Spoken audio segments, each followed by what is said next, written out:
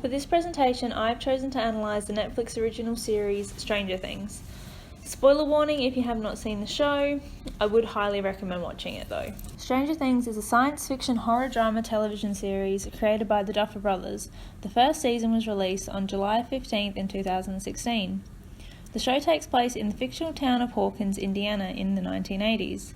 The show follows the story of a group of kids who get caught up in supernatural events that were triggered by a science experiment that opened a gate between worlds. The first season is centered around Will Byers going missing. The second season deals with the aftermath of the events of the first season, and the third season surrounds a new threat trying to harness and use the powers and entities from the Upside Down to their advantage. The show was filmed in the aspect ratio 2.00 to 1, which is also known as the 2 to 1 or 18 to 9 ratio. In 2013, this aspect ratio became a very common format on TV, and then looking more recently, one of the common aspect ratios of a phone screen is 18 to 9. As this series is a Netflix original, this means it is exclusively available on Netflix, which can be streamed on any internet-connected device that can have the Netflix app, a lot of which you either need a television screen, a laptop, a mobile phone, or some sort of tablet to use, which then leads to the benefits of Stranger Things being a Netflix original series. Because Stranger Things is a Netflix original, it means that it is consumed differently from other serial television. The first difference is that whole seasons are released at once instead of releasing an episode a week like regular television does. This allows viewers to be able to watch the show on their own terms that fit with their individual schedules. For example, if someone only has a certain amount of time in a day to watch a show, they're able to do that. Netflix also encourages viewers to binge watch series or even their movies, not only by releasing whole seasons at once, but also when an episode is finished, a handy little button pops up to change to the next episode immediately, which is the reason I'm going to use for me binge watching Stranger Things in 3 days. Although Stranger Things does tackle subjects like racism, PTSD, child abuse, and bullying, which are things that are relevant to the world now, I'm going to focus more on the obvious references and inspirations from the events that happened around when the show was set. However, I'm not going to be looking at any of the 80s pop culture references. Starting with the inspiration that I found interesting, the MK Ultra project and the Montauk project.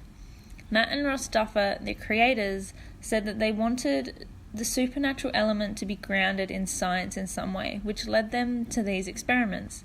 The MK Ultra's project's aim was to develop mind-controlling techniques that would give America an advantage in the Cold War. Although the program started out with volunteers only, it eventually became unwilling participants that were subjected to physical and mental abuse via psychedelic drugs, sleep deprivation, and other experiments.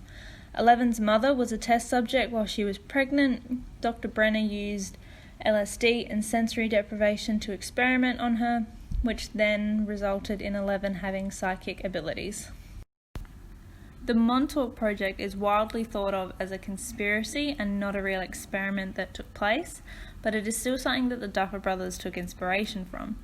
The Montauk project was conducting multiple questionable experiments, and it was claimed that these experiments unintentionally opened a hole in hyperspace between Montauk 1983 and 1943, which threatened to consume the planet. Although time travel is not a part of Stranger Things, an experiment did go wrong which opened a hole to another world that threatened the planet. There are also similarities between Duncan, someone who was allegedly involved in the experiments, and Eleven. Duncan was said to have a chair that strengthened his abilities, which included visiting other planes of existence through sensory deprivation and opening interdimensional portals. He also apparently brought a monster into our world. These things mirror Eleven's ability. She is able to go to the Upside Down and view other people through sensory deprivation. And in the show, she is the one that unintentionally opened the gate to the Upside Down, which let the Demogorgon and the Mind Flayer into their world. Something that was happening during the 1980s when the show was set was the Cold War. Season 3 of Stranger Things has references to the Cold War throughout it. It has the obvious Russian presence in Hawkins. They try to use the alternate dimension to their own gains. Another is the use of horror tropes in regards to the Cold War. This is portrayed through the mind flayer taking over people's wills and bodies.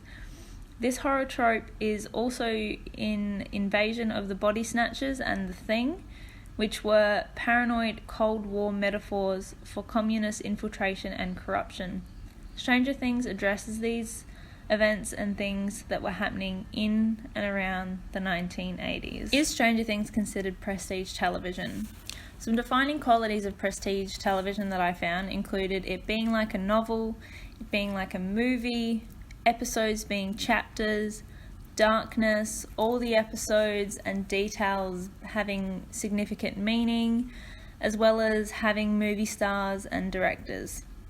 Going by these qualities, Stranger Things is similar to a movie in that its production cost is very high. It is around $8 million an episode. The episodes are marked as and so feel like chapters. Many of the details from episodes come back in later episodes and give context or meaning. And as the movie stars or directors go, the director of Stranger Things is Shawn Levy, who has directed countless successful films. Stranger Things benefited from being a television show as opposed to a movie, as it has allowed for in-depth backstory and it's given the audience more of an understanding of characters and allowed significant character development. For example, Billy Hargrove. When we first meet Billy, he is abusive to his stepsister Max and quite obnoxious, so the audience is initially meant to not like this character. But as the season goes on, we find out that Billy has been abused both mentally and physically by his father, so then the audience feels sympathy for Billy and has more of an understanding of why he is how he is. Although this doesn't make it okay for him to be abusing his sister, it just provides a bit more context.